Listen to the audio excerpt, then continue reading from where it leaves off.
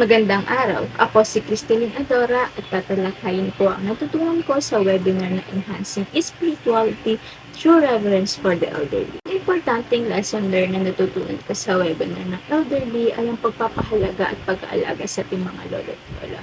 Dahil kung noon ay silang nag-aalaga at gumagabay sa atin, ngayon sila naman nangangailangan ng paggabay at pag-aalaga.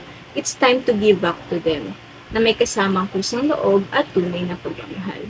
Surprising facts naman sa webinar is nung mention ni Sir Ted, all his work and achievement, sobrang ako na-amaze at na-surprise. Pero when he mentioned na he is a full-time caregiver sa kanyang nanay, doon mas lalo ako na-surprise knowing kung gaano karami yung commitments niya.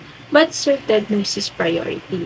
Yun yung kanyang nanay. At nasabi niya na mas natuto siyang maging pagpasensya, umunawa, at mas maging malapit sa Diyos. Ikalawa naman na yung sinabi ni Sir Ted na practice, create habits.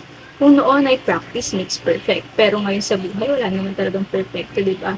So, nung sinabi ni Sir Ted na the more we practice, mas nakakapag-create tayo ng habits na mas mag-help sa atin to grow. Ang tatlong values naman na natutunan ko sa webinar ay ang sinabi ni Sir Ted na alalahanin ang mga tagpo na kasama ko ang Diyos sa paglalakbay. Madalas nakakalimutan natin na hindi tayo mag-isa sa pagkamit ng pangarap natin. At tinatanong natin kung nasa yung Panginoon nung kailangan natin siya. At ang lagi ko na naaalala ay ang sinabi niyang, when you saw only one set of footprints, it was then I carried you. It means hindi niya tayo pinabayaan, kundi binuhat niya tayo sa mga pagkakataong hindi na natin kayang lagpasan yung mga problema natin. At ang ikalawa naman ay ang building healthier relationship with myself in connection to others. Kapag maganda ang relasyon mo sa sarili mo, ganoon din ang mapoproject mo sa ibang tao.